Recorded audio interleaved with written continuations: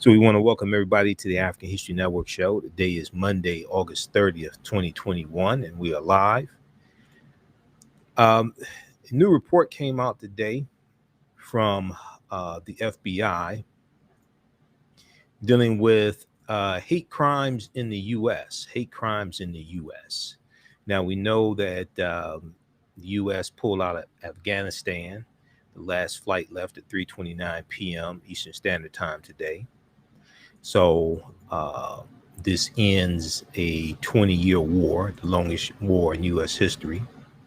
So some people may have missed this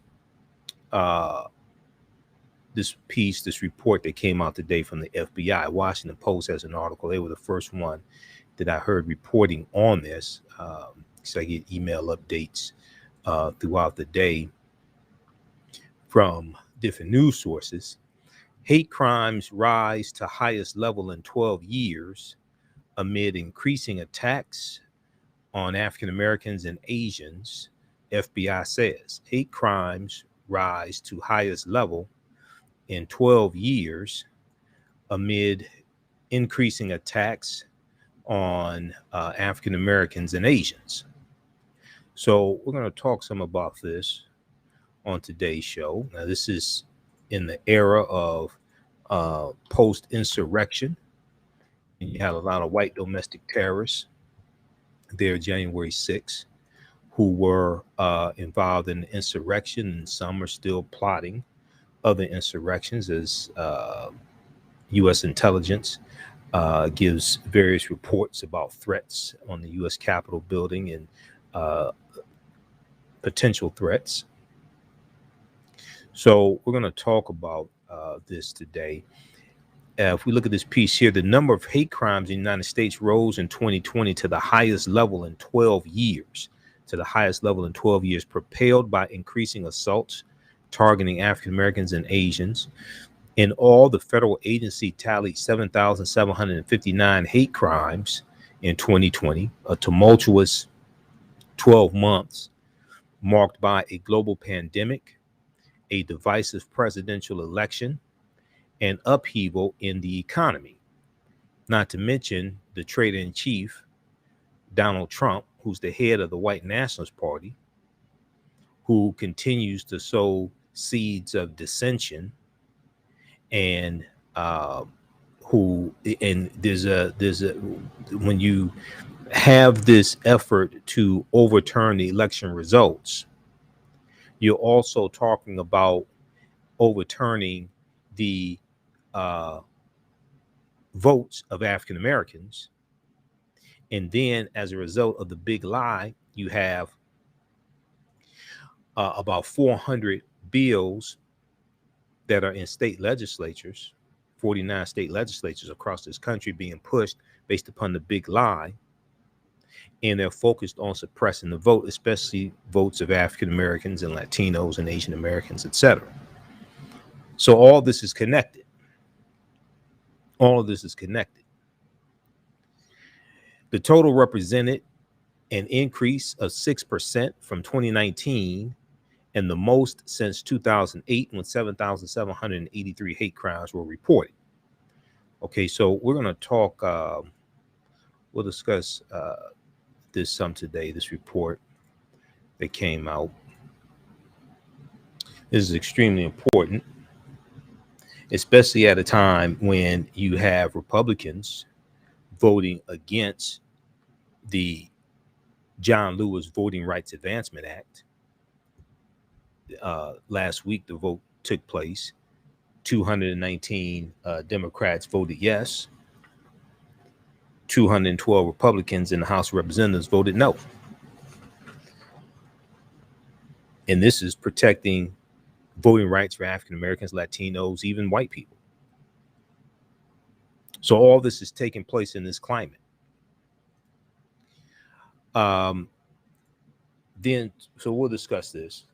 We'll talk a little bit more about the 58th anniversary of the March on Washington as well. 58th anniversary of the March on Washington that took place on Saturday.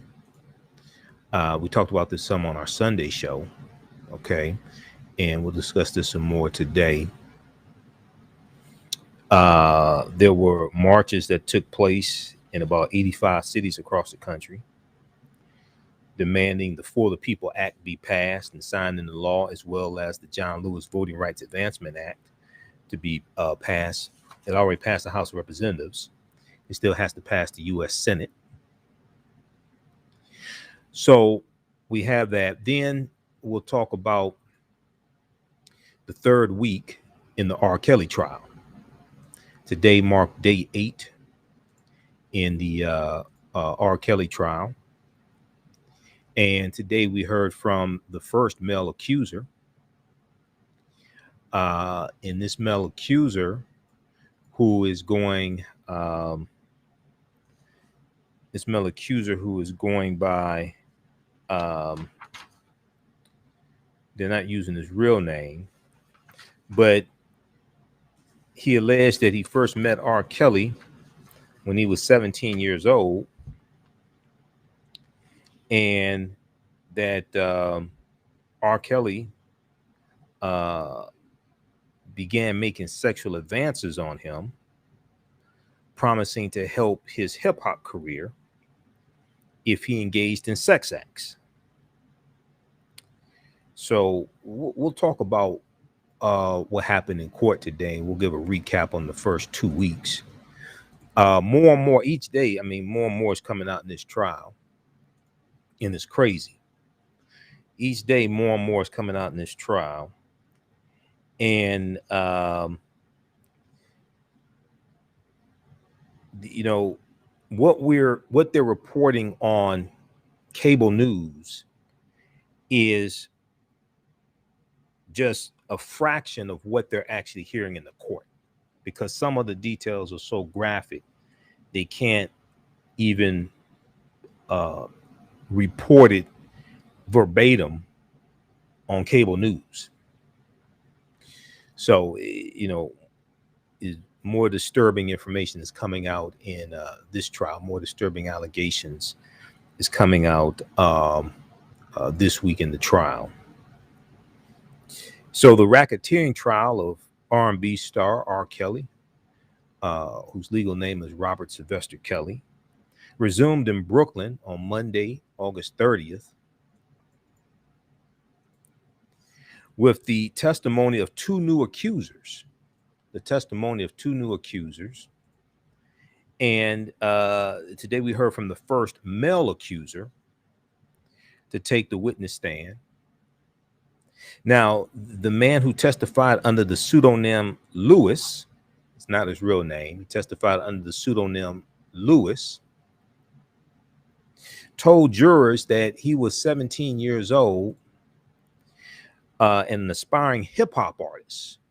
He was 17 years old and an aspiring hip-hop artist. And when he met R. Kelly. So we'll talk about this also.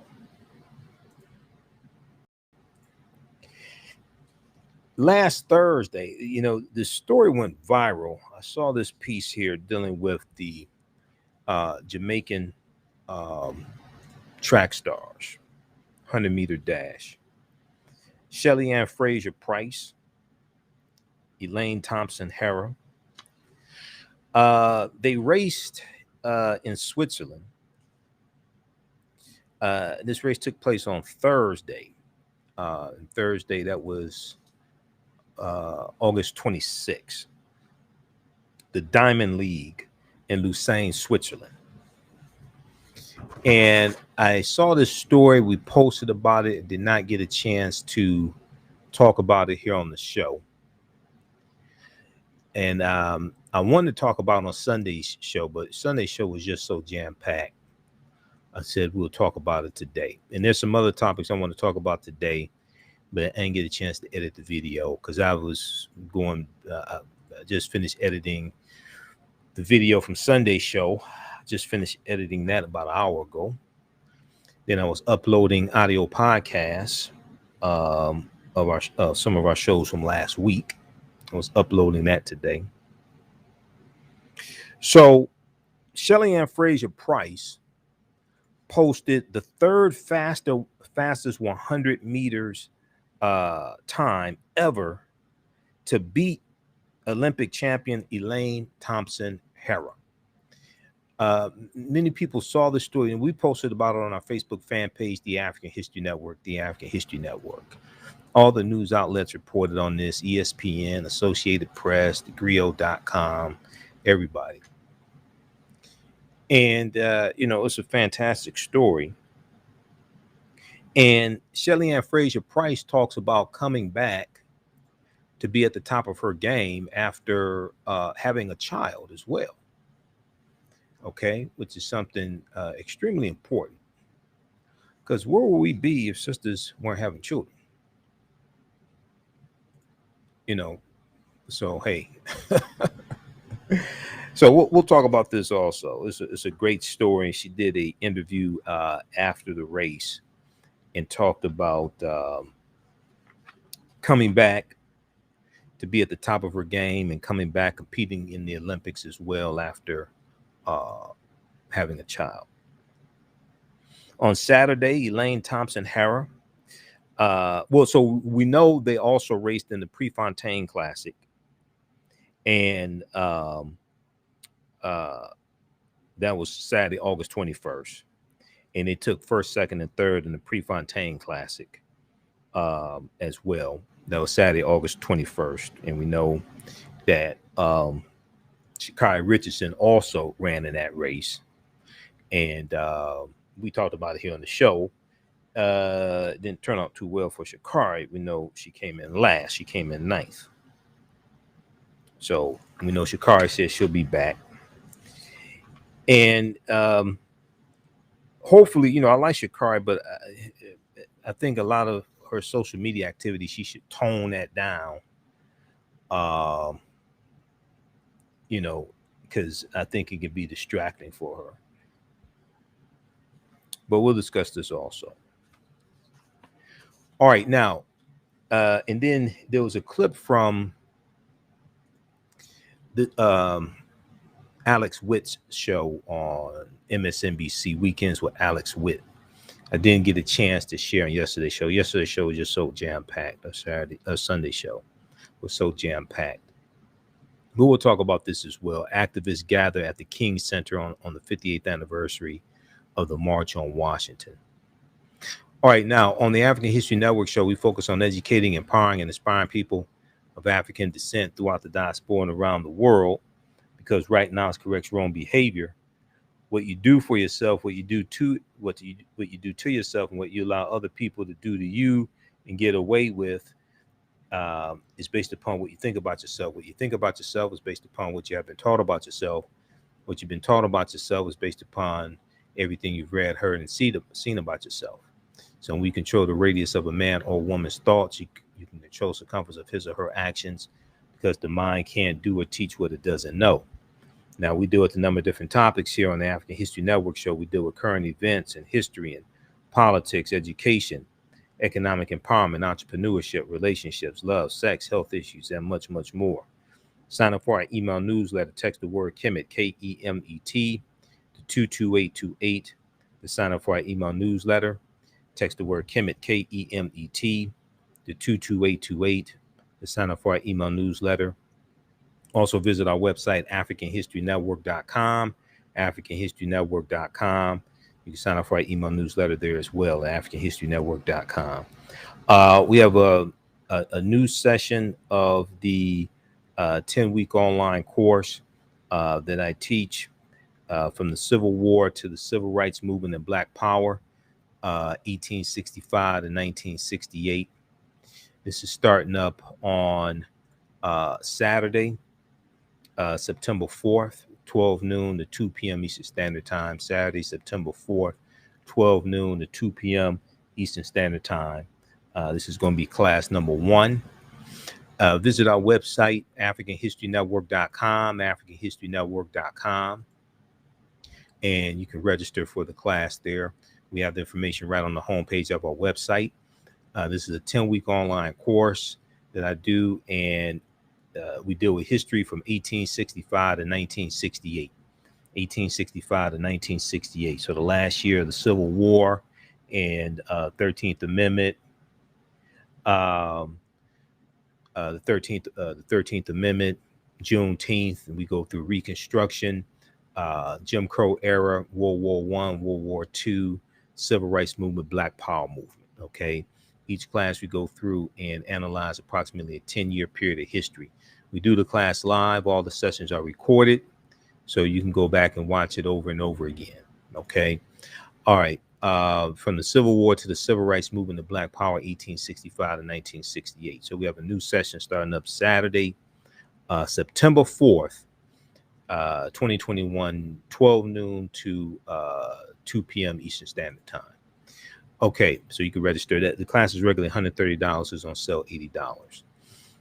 And right on the homepage of our website, just click on register here. It takes you to the next page, and you can register there for it. And as soon as you register, there's archive content that you can start watching also. We do the classes live. All the sessions are recorded, and you can watch from around the world. And even after the 10-week course is over with, you still have access to the course. You can still watch the content. All right, we're coming up here on the break. You listen to the African History Network show right here on 9:10 a.m. the Superstation, the Future Radio. I'm your host, Brother Michael Imhotep. We'll be back in a few minutes.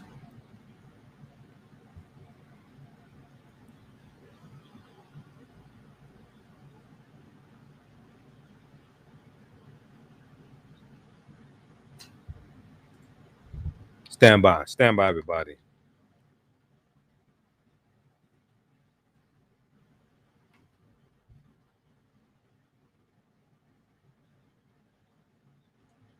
Stand by. We're back from break in 4 minutes.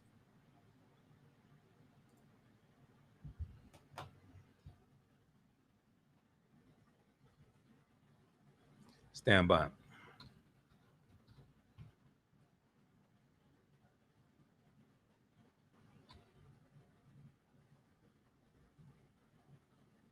How's everybody doing? Share this broadcasting on social media platforms. Invite your friends to tune in. Stand by.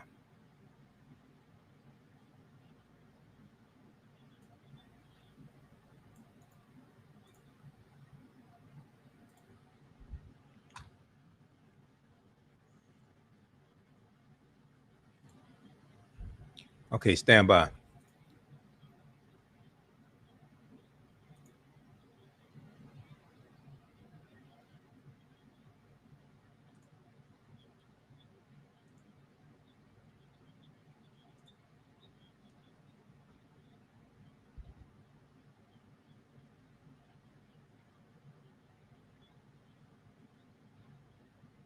All right, how's everybody doing? If there are any trolls, point the trolls out to me so I can ban them.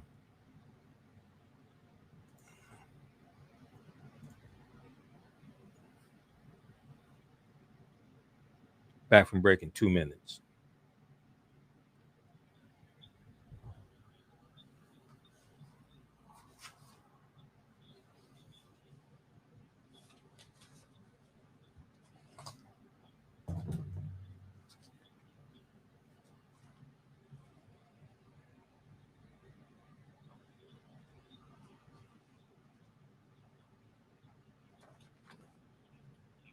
No, we have it all on 910 AM Superstation.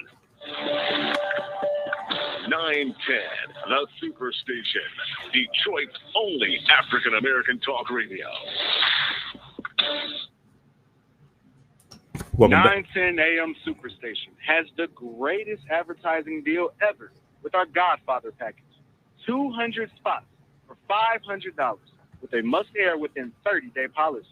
That's only $2.50 per spot, and we'll even produce the spots for free. That's right, you heard me, for free. For more information, contact Renisha Williams now at 313-434-8291. Welcome back to the African History Network show right here on 910 AM the Superstation, the Future Radio. I'm your host, Brother Michael Imhotep. It is Monday, August 30th, 2021. And we are live. Calling numbers 313-778-7600. 313-778-7600 is the calling number if you have a question or comment. 313-778-7600. Okay. So right before the break, we were talking about the topics for today's show, and there was an article that came out today. There was a report released today, and the first um, information I heard about it came from the Washington Post. This deals with hate crimes in America,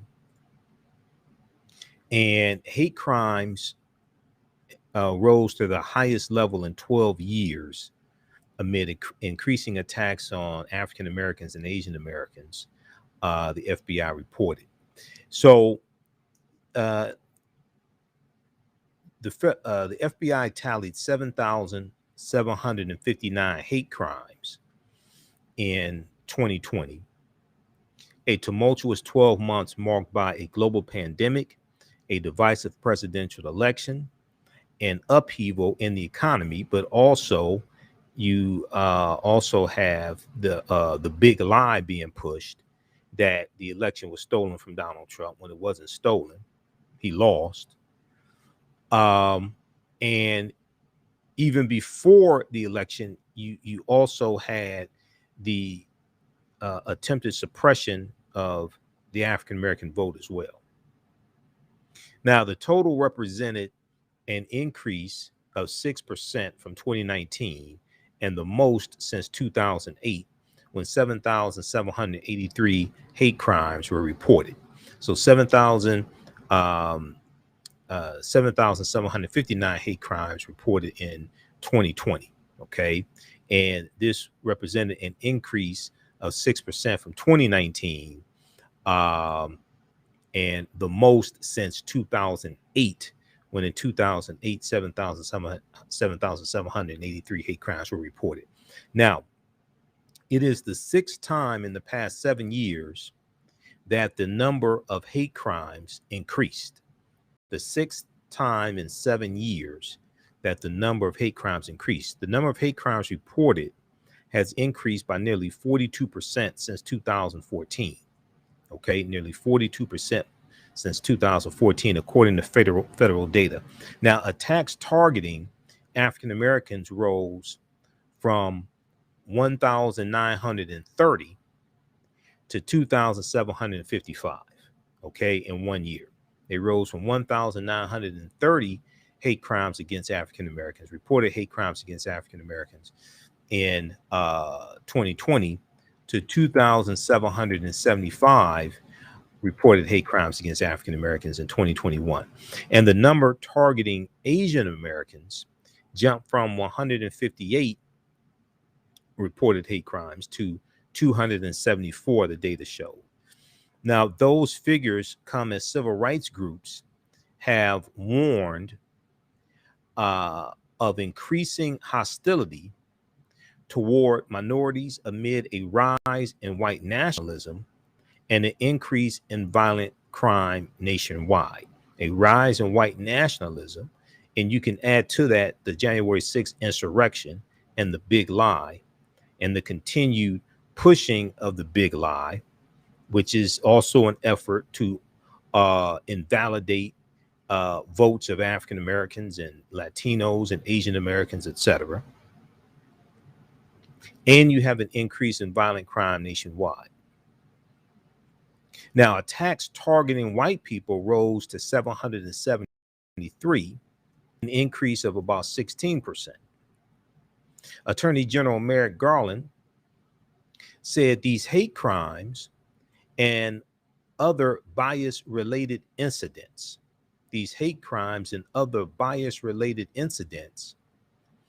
instill fear across communities and undermine the principles upon which our democracy stands. Attorney General Merrick Garland pointed to steps the Justice Department has taken to improve incident reporting and bolster law enforcement training. Okay, improve incident reporting and bolster law enforcement training.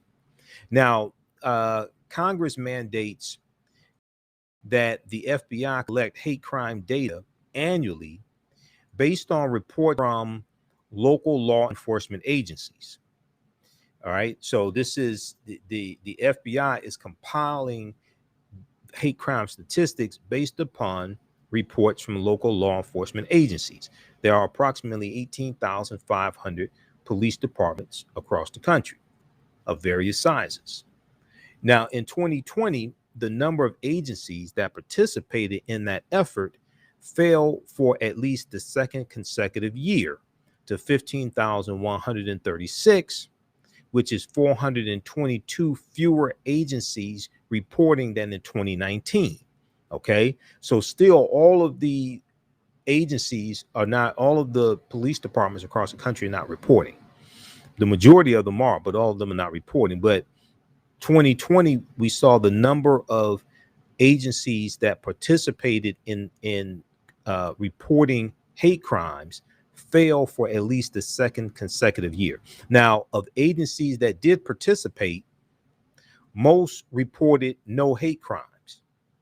Of agencies that did participate, most reported no hate crimes. Now, congressional Democrats and civil rights advocates have criticized what they describe as a large undercount in the number of hate crimes and other bias incidents. Okay. Now, are Republicans going to talk about undercounting hate crimes? I just find that interesting. Or are they trying to protect people who are committing hate crimes?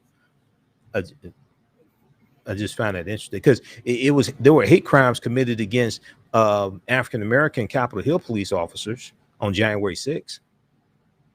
Now that the January 6th Commission is going to subpoena telephone records from telephone companies and cell phone companies, now you got some of these Republicans running scared.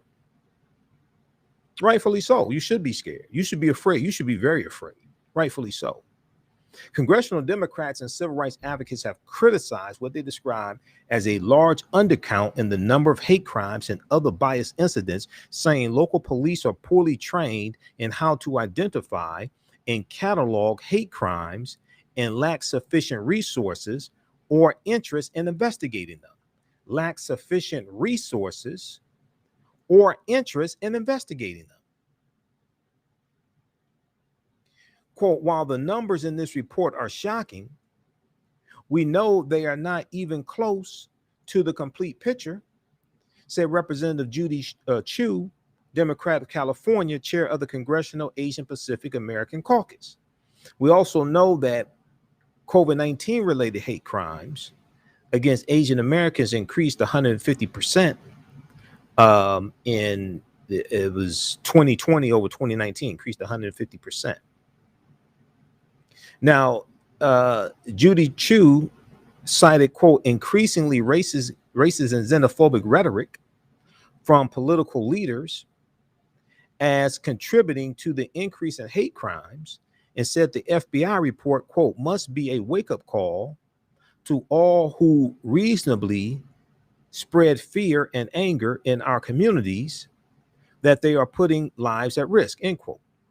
Now, civil rights advocates have cited the traitor-in-chief Donald Trump, cited his use of xenophobic language last year in 2020, including blaming China for the novel coronavirus as contributing to a backlash against Asian Americans.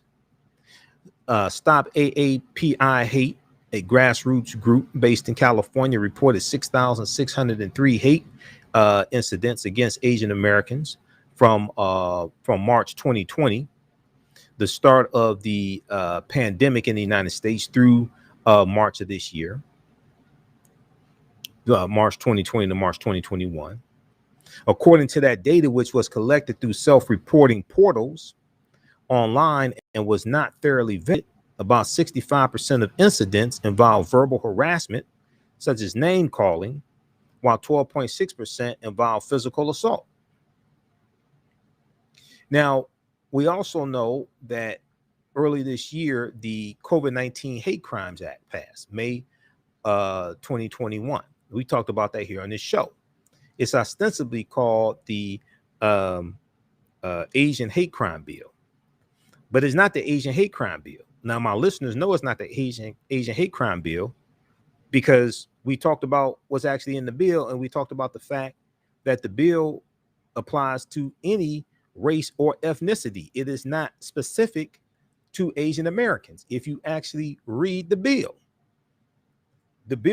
when you actually read the bill, you go to congress.gov to read bills. My listeners know this. Now, people that may be new to this show may not know this. You go to congress.gov, you can read bills coming from the House of Representatives and the U.S. Senate. One, the name of the bill is not the Asian hate crime bill. The name of the bill is the COVID-19 hate crimes bill. That's the official name of the bill. Two, when you actually read it, it tells you that it applies to any COVID-19 related hate crimes, regardless of race or ethnicity, which means it applies to African Americans as well. The bill is not a blanket hate crime bill. It's only dealing with COVID-19 related hate crimes, which is why the name of the bill is the COVID-19 Hate Crimes Act. That's why you had to go read. Because I saw a whole lot of stuff circulating around on social media, and they weren't telling our people this. All these memes floating around, just basically lying, not telling our people the bill also applies to African Americans, but their dumbasses probably didn't read in the first place. And the first question I ask when I see these memes, because they usually don't tell who made them, do these people live in the U.S.? The people that made these memes, do these people live in the U.S.? Are they from Russia? Where are they from? Because there's a huge disinformation campaign on social media, and it took place during the 2020 election, and it continues today. Huge disinformation campaign to misinform African Americans when it comes to politics, discourage us from voting, things like this. So the first question I ask when I see these memes, and I know the game they're running, first question I ask is, who are these people and which country do they live in? Secondly, notice most of those memes don't cite any sources to back up what they're saying. Okay? Most of those memes don't cite any sources. All right. So once again,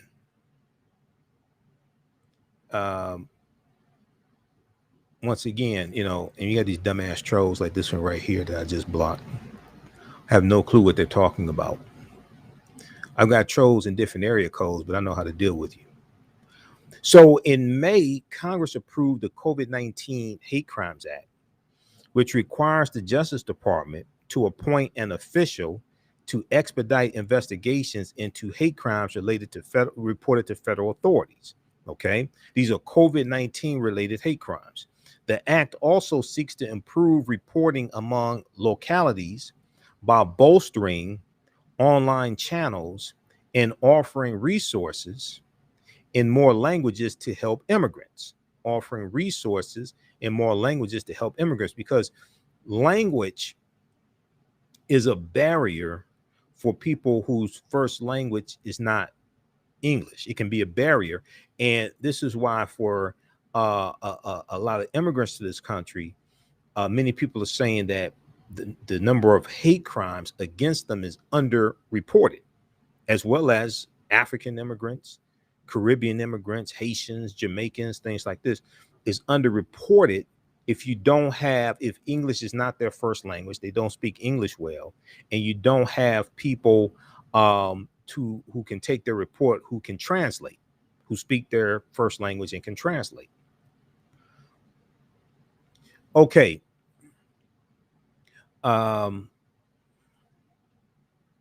So read the rest of this here. You'll hear more about this report also. Now, the FBI said 3,633 hate crimes were allegedly perpetrated by white assailants, 3,633, while 1,309 allegedly were committed by African-American assailants. The race of the perpetrators was not known in 1,080 cases, the report stated, and assailants who identified by more than one race are accused of committing 378 of the crimes. So check this out from the Washington Post. You'll hear more about this as well. Hate crimes to highest level in 12 years, amid increasing attacks on Black and Asian people, FBI says. This is from the Washington Post. All right. So I want to go to this next story here. This is dealing with, so last Thursday, which was August 26th, I think it was. Last Thursday, August 26th.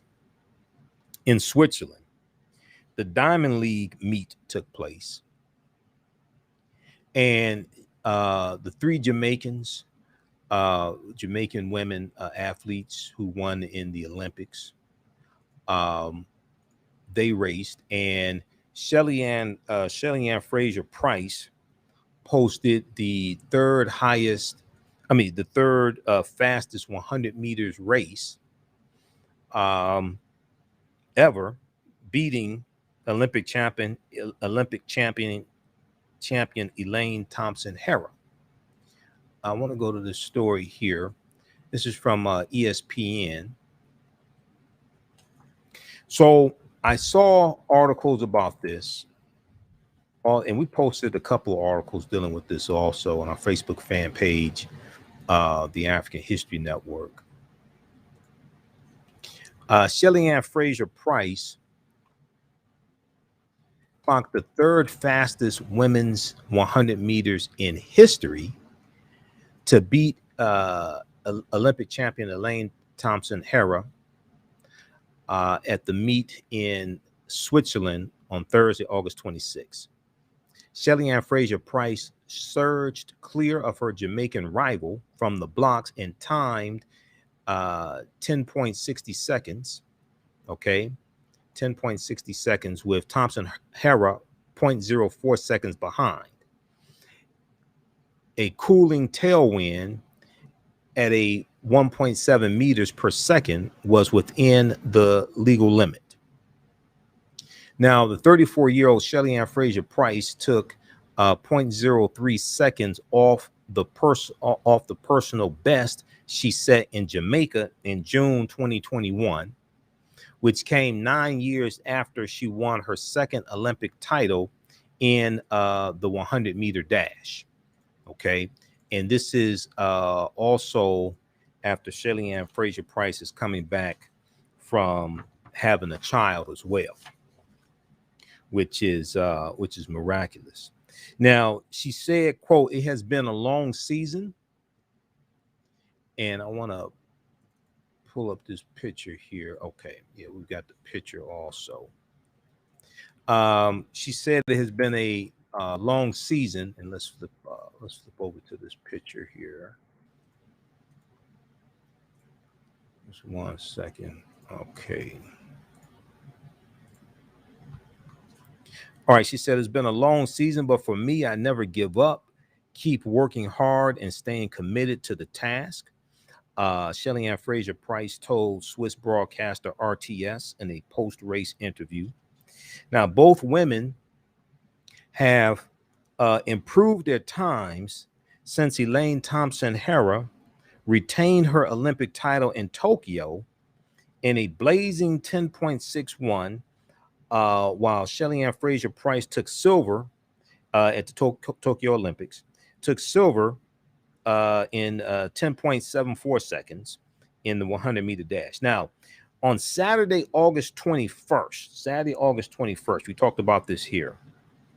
Elaine Thompson-Herah took her personal best down to 10.54. Now, this was at the Prefontaine Classic, okay? The Prefontaine Classic in Eugene, Oregon.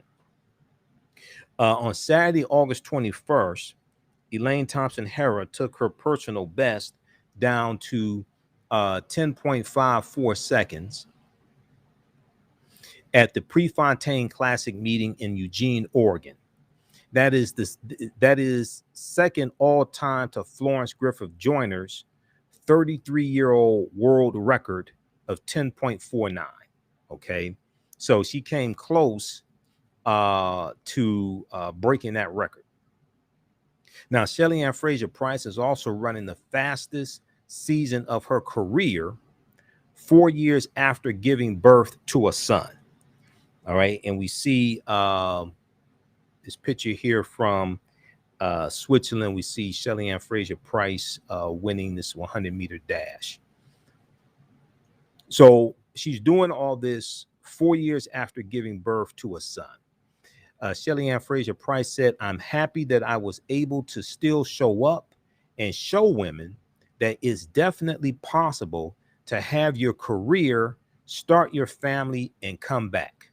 Have your career, start your family, and come back." Now, a packed stadium of 12,000 spectators saw the first 6 runners in the 100-meter dash dip below 11 seconds. Olympic bronze medalist Shericka Jackson, also of the Jamaican team, was again third in 2.92. So Jamaicans came in first, second, and third in Switzerland also. Now, a half hour later, the wind was up to 3.2 meters per second for the men's 200-meter. That meant Olympic silver medalist Kenny Bednarak's winning time of 19.65 will not count as his personal best. Okay, check out the rest of the results here. But this was a great race and a great accomplishment, and the Jamaicans go on to continue to dominate when it comes to women's track and field, especially the 100-meter dash. The Jamaican team continues to dominate. There was also a piece from thegrio.com dealing with this as well. Jamaican track stars went first, second, and third in Diamond League meet. Neither runner has come close to the record, which is still held by Florence Griffith Joyner, who finished the event at 10.49 at the 1998 Olympic trials in Indianapolis.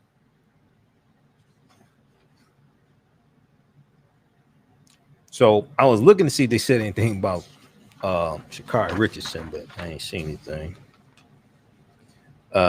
So I think maybe they're trying to be kind. All right, but check this out from ESPN and also the Griot. All right, now I noticed I don't think the Jamaicans were talking a bunch of stuff after the race either. I just noticed that. All right, I want to go to this next story here.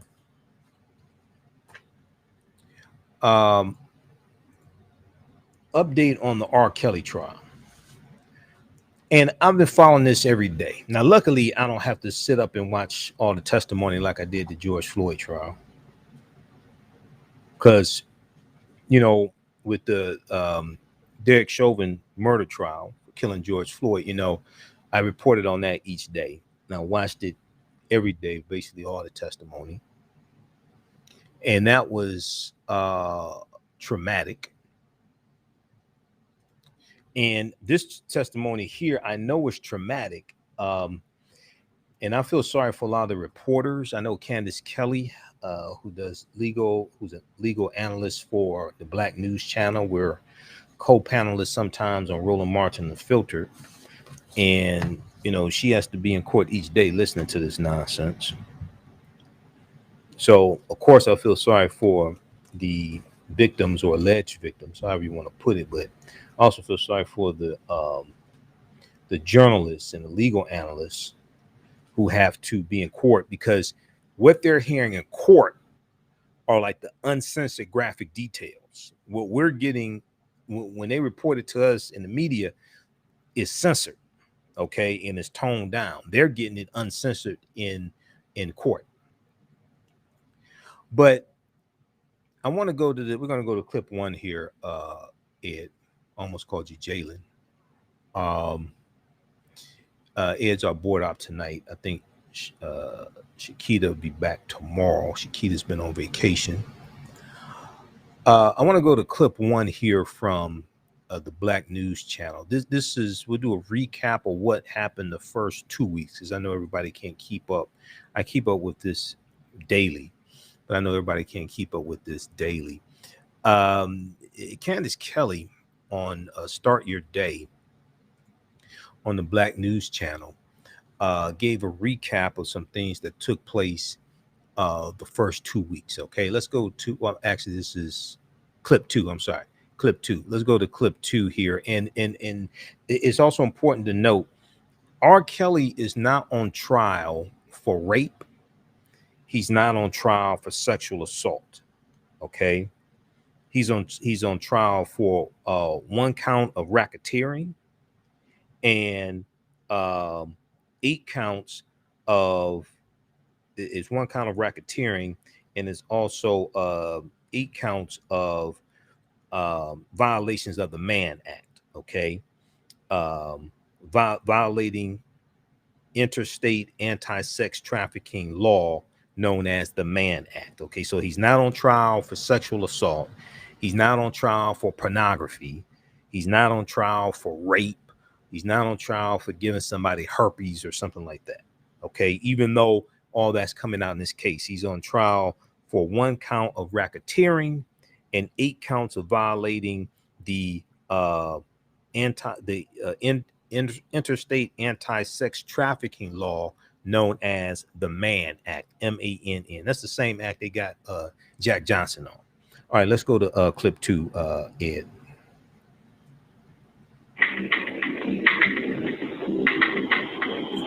The R. Kelly federal trial for racketeering and sex trafficking is entering its 3rd week. Our justice correspondent Candace Kelly has been covering the entire thing, and she's back this morning with a look at where this trial stands and where it's going. Good morning, Candace. Good morning. So during the first 2 weeks of testimony, the prosecution tried to portray the singer as a control freak, a criminal mastermind over all of this. So what witnesses do you think have made the biggest impact so far? Well, Shannon, as you said, as prosecutors opened in their opening statements, they wanted to make sure that the jury knew that in their view, this was a predator. The defense on the other side was saying, hey, this is a group of women who knew exactly what they were getting into. You may not like how their sexual lives have unfolded, but this is something that these young women wanted. So let's take a look at what we've seen in the first couple of weeks. First of all, from the grave, we hear from Aaliyah, of course. This is the first time in a federal court, in a court at all, that we see this marriage license that has been out there for a number of years, arguably, when Aaliyah got married to R. Kelly when she was 15 and he was 27. After that, we certainly have Demetrius Smith. He was the one who was at the wedding ceremony, accused of getting this fake ID, paying somebody $500 in order to make sure that Aaliyah could get married. We've got Joronda Pace. Joronda Pace says that she was abused, physically locked in a room, saying that certainly he restricted her and her ways and the ways of others. And then there's this whole calculated scheme that the prosecutor is saying that R. Kelly had by not telling people like Joronda that he had herpes and therefore she was inflicted with herpes. And Dr. Chris McGrath is an interesting person. This is the one, the doctor, who treated R. Kelly for 25 years, saying that he had herpes and that he should tell other partners of his that they might be exposed to herpes, and that's something that witnesses say didn't happen. And then Jane Doe number 5, she was a biggie. She was the one who lived with R. Kelly for 5 years.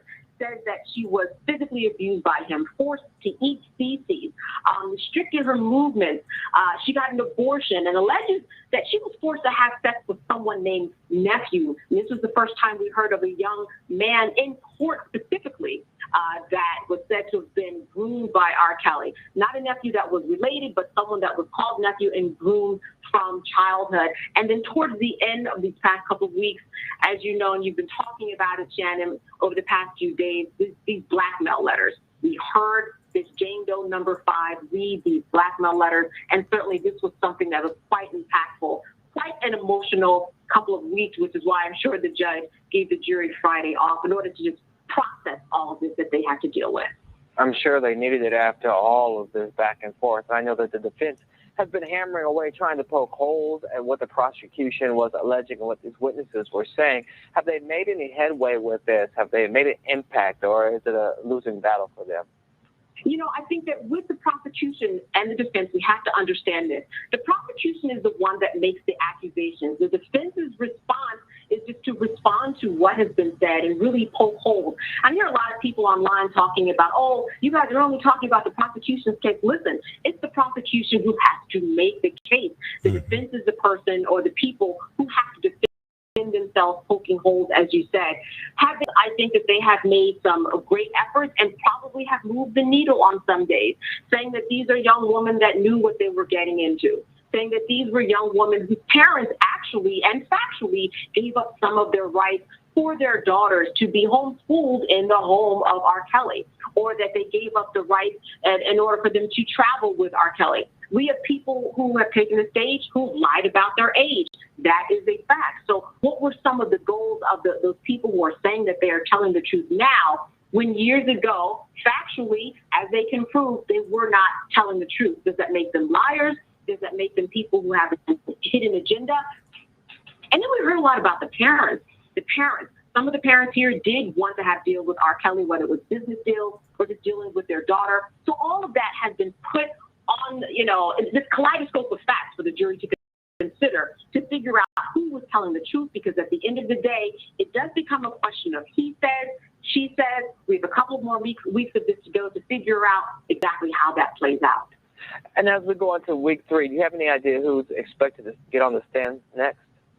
Well, you know, when we talk about a criminal mastermind that the prosecution alleges that R. Kelly is, we have to look at the criminal mastermind and the people that he has mastermind. I mean, what is this whole racketeering enterprise that the prosecution has alleged has been going on? We need to hear from more people, so I'm certain that we will hear from those people that worked on behalf of R. Kelly. Because here's one thing that the defense has on their side. That is the fact that those who took the stand, who maybe not necessarily said great things about R. Kelly, like Demetrius Smith or the doctor, these are people who did not say that they were mastermind or engineered by R. Kelly and told what to do.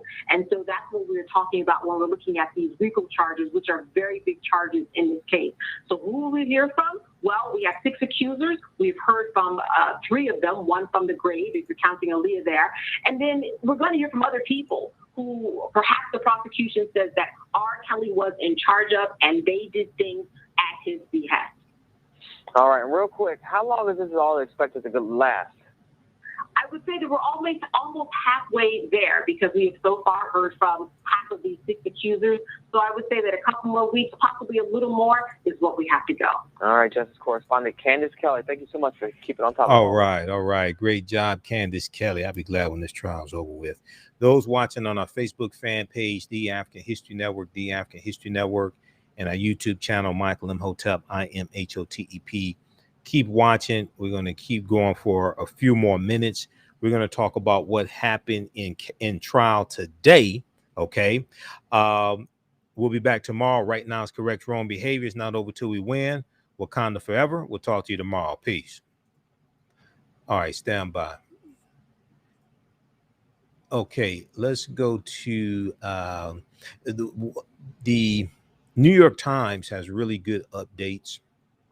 I've been reading from different news sources, but especially the New York Times. New York Times has really good updates. They have really good coverage on the trial. So I want to go to what happened in court today. Let me flip over to this just a second here. All right. How's everybody doing? Also, if you like this type of information, you can support the African History Network, $ the AHN Show through Cash App, $ the AHN Show through Cash App, also through PayPal, paypal.me /the AHN Show, paypal.me /the AHN Show. We're here 6 days a week. The African History Network show Monday through Friday, 11 p.m. to midnight. And Sundays, 9 p.m. to 11 p.m. Eastern Standard Time. So this helps us keep doing the research, stay on the air, keep broadcasting, pay some of the bills, etc. This is our official Cash App account, $ the AHN Show, SHOW. And when you go to it to show my name, it'll say Michael and show my picture there. These other ones, these are fake African History Network Cash App accounts. That's why they're labeled fake accounts. That's not me. Okay, even somebody used our logo. That's not us. Ours is $ the AHN show, SHOW. That's our actual Cash App tag.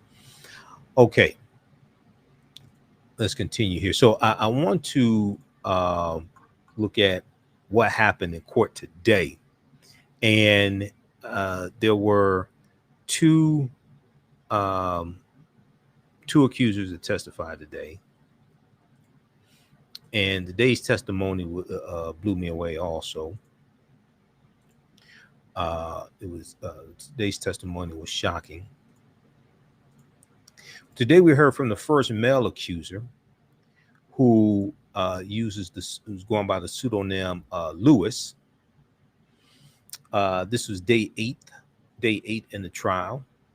A man and woman both testified that they were underage when they met R. Kelly. The woman, now 44, described being raped by R. Kelly. Okay, described being raped, I should say. Now, the racketeering trial of R. Kelly resumed on Monday, August 30th, with the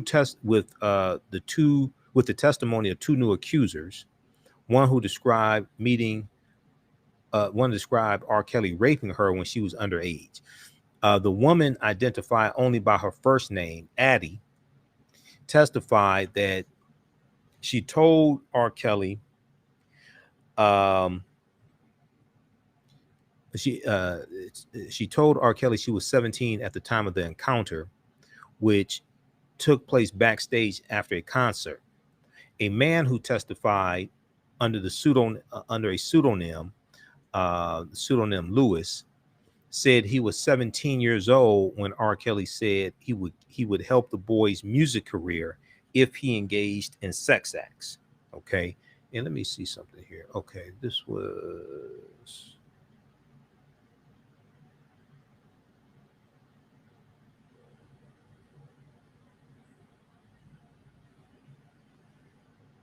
All right, let's see. Let me just say, let me refresh the screen here. I want to see. I want to see if there's an update to this. Okay. Okay, it's showing the update. All right. Okay, let's continue here.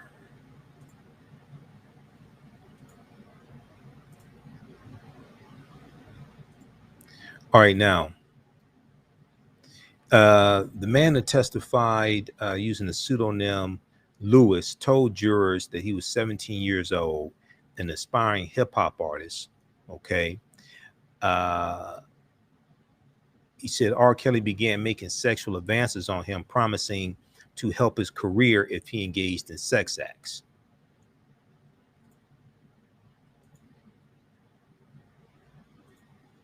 And let's try to blow this up a little bit.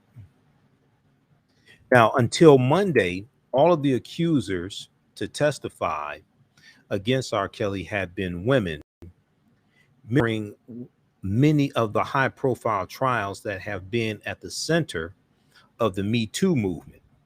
But Lewis, like the four women to testify before him, told jurors that he was underage during a sexual encounter with R. Kelly. Now, we know R. Kelly's real name is Robert Sylvester Kelly. He has denied the accusations and pleaded not guilty to the charges against him, which include a single count of racketeering and 8 counts of violating the Mann Act, which is an interstate anti-sex trafficking law. Okay, transporting people across interstate lines for sex trafficking, immoral purposes, things like that. Now, federal prosecutors have accused R. Kelly of running a decades-long criminal plot that used his fame and a network of associates and employees to prey on women and girls for sex. R. Kelly, and largely African-American women, we need to put that in there also, because we talked about that Sunday, because if these are white women and white girls R. Kelly was allegedly doing this too, this would have stopped a long time ago. This would have stopped when like his first CD came out, or when it was R. Kelly in public announcement. It would have stopped long. It would have stopped like back in the 90s. R. Kelly is not charged with rape or sexual assault, as I said before. It's important to note. He's not charged with rape or sexual assault, and many of the accusations against him fall outside of the statute of limitations for those crimes. But the racketeering indictment allows prosecutors to present evidence of any potential crimes related to the charge, regardless of when they occurred. So it can be an incident that's outside of the statute of limitations dealing with sexual assault or something like that, but it plays into the allegations of racketeering. Okay. The racketeering indictment allows prosecutors to present evidence of any potential crimes related to the charge, regardless of when they occurred. So when we look at a quick recap of what happened in today's session of trial, so the 17-year-old aspiring rapper was using the pseudonym Lewis, was the first man to accuse R. Kelly of sexual abuse. He said R. Kelly asked him what he was willing to do to advance his music career, and that the singer brought the teenager to his garage and crawled up to him to perform a sex act on him. Quote, he just told me we had to keep it between me and him, the man said, who testified under the pseudonym Lewis. He told jurors on Monday, adding that R. Kelly told him, quote, we're family now, we're brothers. We're family now, we're brothers. So this is see, according to Kerry Kelly, R. Kelly's younger brother, R. Kelly, as well as Kerry, were molested by their older sister. So if R. Kelly did that to the 17-year-old, allegedly, then hypothetically, he may be, see, when you have victims of sexual assault, there a lot of times there can be a bond between victims of sexual assault. So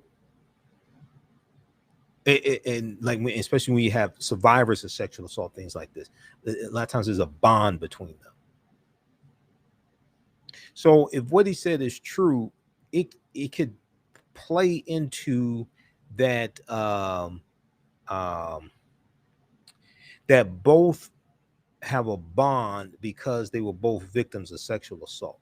It can play into that. All right, now let's continue here.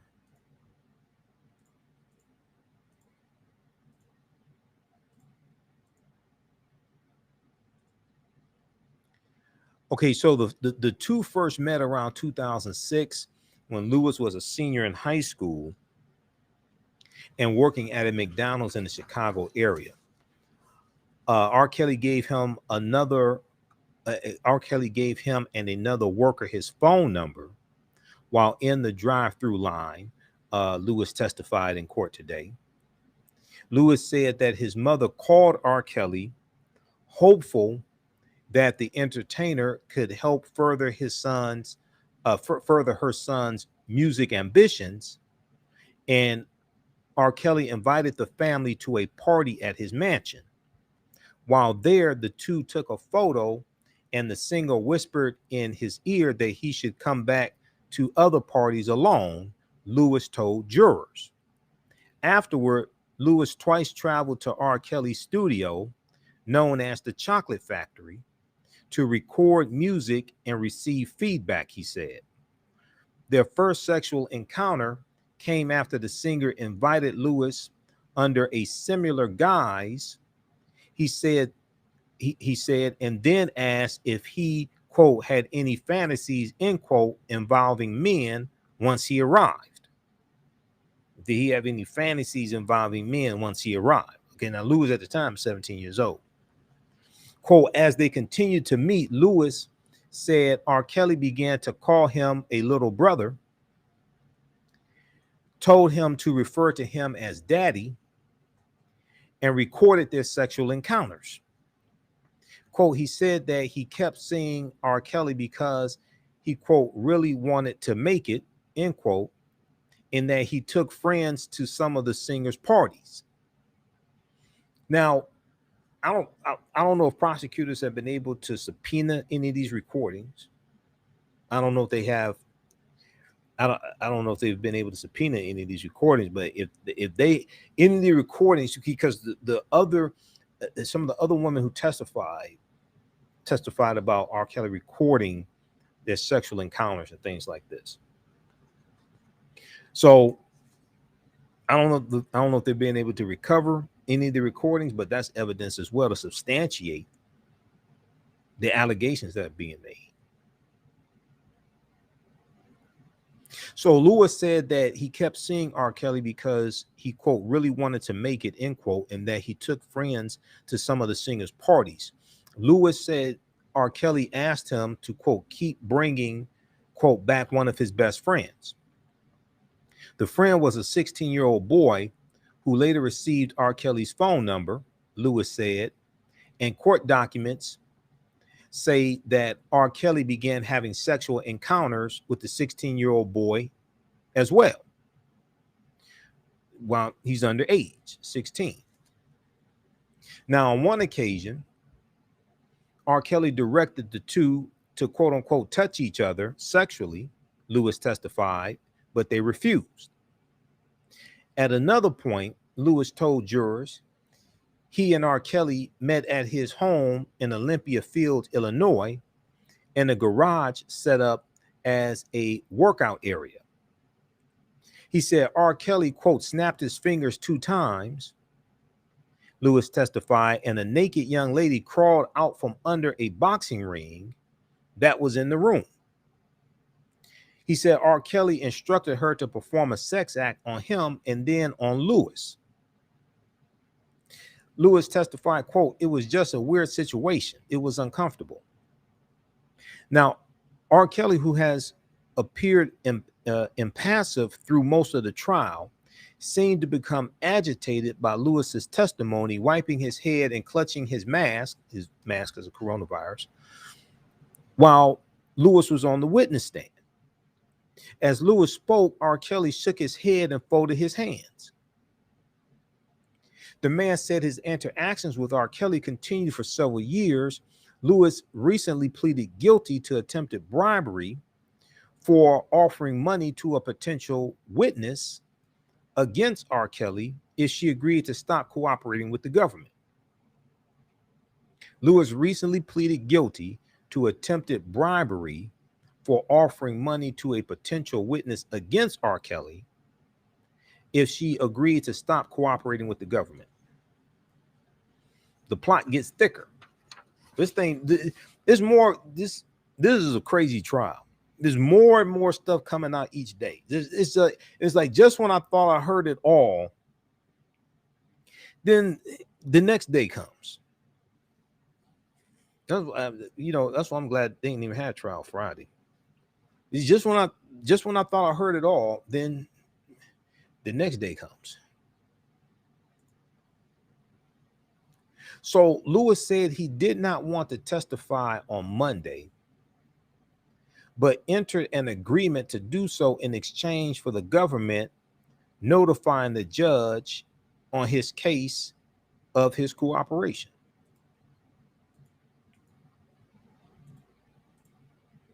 This is a crazy trial. Now, R. Kelly's legal team homed in on the details of the agreement in his cross-examination. Quote, you have to be truthful according to what the government finds to be truthful, said Devereaux L. Canick, one of R. Kelly's lawyers, suggesting Lewis's accounts had been fabricated or embellished. Now, see, my question would be, where are the recordings? Where are the recordings? Now, if R. Kelly erased the recordings, that could be looked at as destroying evidence. Where are the recordings? Where are the recording devices? Where's his information? Is anything saved to the cloud? Is anything on memory cards? Where are the recordings? Another accuser says R. Kelly knew she was underage. Now, a woman, the second accuser who testified on Monday, a woman named Addie, said that when she was 17 years old, R. Kelly invited her backstage after a performance. She told him that she was underage, she said, and he assaulted her. It was September 1994, and she and her best friend were at a concert in Miami, Florida, where the R&B star Aaliyah had been scheduled to perform, and R. Kelly was the closing act, Addie said. Just 2 days earlier, other witnesses have testified the two artists were illegally married. Aaliyah was 15 at the time. R. Kelly was 27. Now, after R. Kelly's performance, two men, quote, who looked like bouncers, approached Addie and her friend and told them they could go backstage for an autograph, she said. The two were taken to a large dressing room, Addie told jurors. She said he gave her his autograph, and she told him she was an aspiring artist. R. Kelly wrote his hotel room number, 1031, at the bottom of her program and encouraged her to come audition, she said. But she told him that she was 17 and did not even know if she was allowed backstage. R. Kelly then cleared the room and took the pair, quote, he wanted to play a game, end quote, to see who could kiss better. He kissed her friend, she said, and then began to kiss Addie as well, she testified. She went on to say, quote, he started getting a little more aggressive and directed her to the back of the room. He held her wrist, unzipped her shorts, and had unprotected sexual intercourse with her, she said. She testified to this today. Quote, at this point, I was in complete shock, Addie said. I just went blank. Now, afterward, Addie and her friend, quote unquote, ran out of there, she said. Her friend wanted to contact the police and press charges, but Addie feared that she would be, quote unquote, blacklisted from the entertainment industry if she did. Now, Addie's 17 years old at the time. She was afraid that she would be blacklisted from the entertainment industry if she reported R. Kelly, who even in 94 was a big star.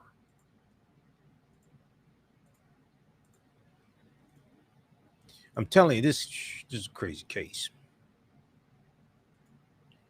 I think this case may be, I don't remember all the details of the 2008 case. This may be crazier than the 2008 case.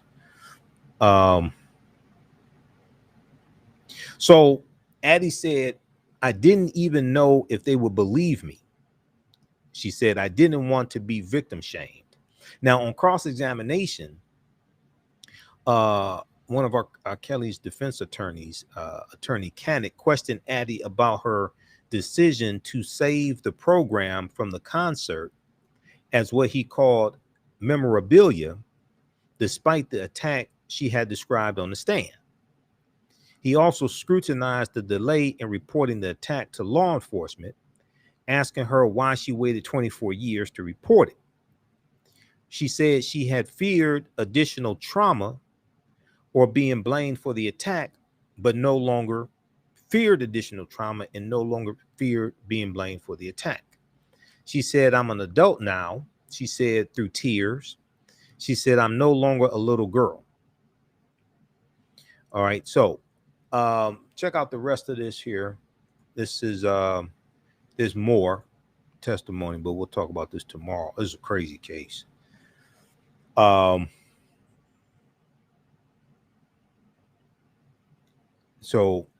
check this out from the New York Times. R. Kelly's first male accuser. Let's pull this up here. R. Kelly's first male accuser says the singer promised fame for sex. This is from Monday, August 30th, 2021 from the New York Times. This is a crazy trial. So, all right. The rest of the stuff dealing with the March on Washington, we'll get to tomorrow. And there's a clip I was going to play from Weekends with Alex Witt. We'll play that, share that tomorrow. And also, we talked about the 58th anniversary of the March on Washington. We talked about this on Roland Martin Unfiltered when I was on Roland's show last Friday, August 27th. Dr. Avis Jones, the Weaver, who you see on the Black News Channel practically every day in the morning. She was guest hosting for Roland. So we'll share that excerpt. We'll share that clip on Tuesday's show also. All right. You can still, we have a new session of the 10-week online course that I teach on Saturdays, from the Civil War to the Civil Rights Movement and Black Power, 1865 to 1968. We have a new session of this starting up Saturday, September 4th. It's going to be 12 p.m. to 2 p.m. Eastern Standard Time, class number 1. It's a 10-week online course, and we deal with a little more than 100 years of history. We deal with history after the Civil War ended. Okay, so we can see what happened after slavery ended, look at Reconstruction, and see what happened to us. What were the laws and policies put in place to put us in the predicament we're in now? What happened during Reconstruction, 1865 to 1877, and then the Jim Crow era, the end of Reconstruction with the Compromise of 1877, the end of Reconstruction, the Jim Crow era, suppression of African Americans' votes, reversing of many of our rights, U.S. Supreme Court decisions going against us, like striking down the Civil Rights Act of 1875. Civil Rights Act of 1875 that was struck down. That was U.S. Supreme Court case. I think that was 1883 that struck down the Civil Rights Act of 1875. And then we'll look at Plessy versus Ferguson, 1896, U.S. Supreme Court case, Louisiana State Constitution, 1898. All these things put in place, massive land giveaways, Homestead Act of 1862, Southern Homestead Act of 1866, Dawes Allotment Act of 1887. Many of these massive land giveaways were largely locked out of. Then we'll go into the 20th century, and we'll look at the early 1900s and the Great Migration of 1915 to 1970, and the World War I, World War II, Red Summer 1919. We have over 25 major race riots in this country. We'll look at the Ocoee Massacre of 1920. One of the things we're looking at are these massacres that took place. Elaine, Arkansas Massacre in 1919, Eufaula Massacre in Eufaula, Alabama, Vicksburg Massacre, 1874, Vicksburg, Mississippi, Clinton, Mississippi Massacre, 1875. And we're looking at these not just massacres, but also massacres and attacks on African Americans surrounding voting, and attacking us, intimidating us to keep us from voting. It's extremely important. This is why 1871 President Ulysses S. Grant declares martial law in 9 counties in South Carolina, using the Ku Klux Klan Act of 1871. Using the Ku Klux Klan Act of 1871, because the majority of the state legislature in South Carolina during Reconstruction were African American men. South Carolina had a high African American population, and we're voting, and you know, they're Republicans, so they're being elected to office, and they're being attacked by the Ku Klux Klan. So we go through history. In each class, we look at approximately 10-year period of history. Okay, and then we go through World War I, World War II, Civil Rights Movement, Black Power Movement, and look at the Black Power Movement coming out of SNCC, Student Nonviolent Coordinating Committee in 1966. We look at the assassination of Dr. King, assassination of Malcolm X. We look at these different movements, UNIA, Universal Negro Improvement Association, founded in 1914 in Jamaica by Marcus Garvey. And we look at Southern Christian Leadership Conference, founded in 1957 by people like Dr. King and Ella Baker. Look at the Black Panther Party for self-defense, different things like this. Okay, so each class we go through and look at approximately 10-year period of history. And we look at what happened after slavery ended. Okay, and what were the laws and policies put in place? What happened to put us in the predicament we're in today, so we can better understand where we need to go from here. So this is a 10-week online course that I teach. Now we do the classes live. All the sessions are recorded. You can go back and watch them over and over again. Okay. And you can watch from around the world. As soon as you register, there's bonus content that you can watch. So this class starts up Saturday, September 4th, 2021. We're going to post a link here, and you go ahead and register. There's bonus content you can watch, and it's going to put you, when you click on this link, it'll put you in the, we have a class running right now. So they give you access to the class we have running right now on Saturday afternoons. And it will also enroll you in the new class that starts up Saturday, September 4th, with class number 1. That's going to be 12 noon to 2 p.m. Eastern Standard Time. 12 noon to 2 p.m. Eastern Standard Time. From the Civil War to the Civil Rights Movement and Black Power, 1865 to 1968. Okay, so click on register here, and it takes you to the next page. And then click on register here, it takes you to the next page, and then just click on enroll. And as soon as you register, you can start watching the content. You will also get the we have a special bonus. You'll also get the 2.5-hour lecture I did dealing with the real history of Juneteenth. You get that as a bonus. It's going to be in a digital download format. You get that as a bonus. And you'll also get the you also get the 6 lecture bundle pack, Black Migration, 1619 to 2019. That's a $60 value.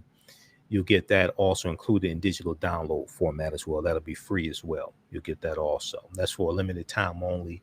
We're offering that. But you can register for this today. Okay. And we just posted the link here on the thread of the broadcast. We'll post this link right here. And it's at our website, AfricanHistoryNetwork.com. From the Civil War to the Civil Rights Movement and Black Power, 1865 to 1968. Okay. Now, we also have a new session of the other online course that I teach, Ancient Kemet, the Moors, and the Ma'afa, Understanding the Transatlantic Slave Trade, what they didn't teach you in school. We teach this class on Sundays. We have a new session starting up also this Sunday, class number 1, starting up this Sunday as well. Okay. And this is a 10-week online course also that I teach. And we deal with thousands of years of history and what led up to the transatlantic slave trade taking place. All right. So we deal with ancient Kemet, ancient Egypt, ancient Africa, the Nile Valley region of Africa. We deal with the 800-year occupation of Europe by the Africans known as the Moors. And with both classes, I do a PowerPoint presentation. We have book references, articles, video clips, sometimes guest speakers as well. But we deal with thousands of years of history, and we deal with what led up to the transatlantic slave trade taking place. Class number 1 starts up Sunday, September 5th.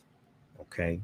This class is regularly $130 on sale, $80 also. Click on register here. It takes you to the next page. You can register as well. We'll have bonus content that you can start watching also as soon as you register. Okay, so that's Ancient Kemet, the Moors, and the Ma'afa, Understanding the Transatlantic Slave Trade, what they didn't teach you in school. And the this is like class. This is the first 10-week online course. The class from the Civil War to the Civil Rights Movement and Black Power, 1865 to 1968. That class picks up where this class, Understanding the Transatlantic Slave Trade, leaves off in history. Okay, because there's so much history, I couldn't get everything into the way I wanted to do it, and the way I really wanted to cover history. I couldn't get everything into Understanding the Transatlantic Slave Trade. So I had to create this new course so we can go through and take our time and analyze approximately a 100-year period of history. Okay, but Understanding the Transatlantic Slave Trade, we deal with thousands of years of history through the transatlantic slave trade. And then from the Civil War to the Civil Rights Movement picks up at the end of the last year of the Civil War. It basically picks up where we leave off in the 10-week online course, Understand the Transatlantic Slave Trade. You can watch them in any order, okay? But because of the way I want to cover this and really dig in deep and deal with that 100-year period of history is so crucial, I couldn't deal with this in Understanding the Transatlantic Slave Trade. I had to create another course to really deal with that history the way I want to deal with it and the way it needs to be dealt with. Okay, so you can register for these here. They're at our website, AfricanHistoryNetwork.com. We posted the link here also, and there's bonus content, and you get the bonus lectures as well when you register for it also. Okay, so you can watch from around the world, and you can ask questions in class also. We have a live text chat. Now, you can see me. I can't see you. You don't have to get dressed up for class. You can be there in your pajamas and a bonnet on or what have you. You see me. I can't see you. And after the 10-week online course is over with, you still have full access to that 10-week course. You can go back and watch it as many times as you want to. And I would say the content, people ask for content for children. I would say the content for both classes is PG-13. I don't do a lot of cursing. It's not overly graphic or things like this. The R. Kelly trial is more graphic than the classes. Okay, but I would say it's PG-13. Okay, and we give you numerous book references, numerous articles. In Understanding Transatlantic Slave Trade, there's about 50 articles that I reference in that class. And there's a timeline of history that we go through as well. Each class, we show you a timeline of history also. So it puts things in chronological order. That's the most important thing to understand. You can memorize dates and things like this, but you want to understand the order that things happen in. Historical events don't happen in a vacuum. They are the culmination of a sequence of historical events. So you have to understand the order that these events happen in and understand cause and effect as well. Okay. All right. So look, we have to get out of here. Remember, at the African History Network, we focus on educating, empowering, and inspiring people of African descent throughout the diaspora and around the world. Because right now it's correct wrong behavior. It's not over till we win. Wakanda forever. And we'll talk to you tomorrow. Peace.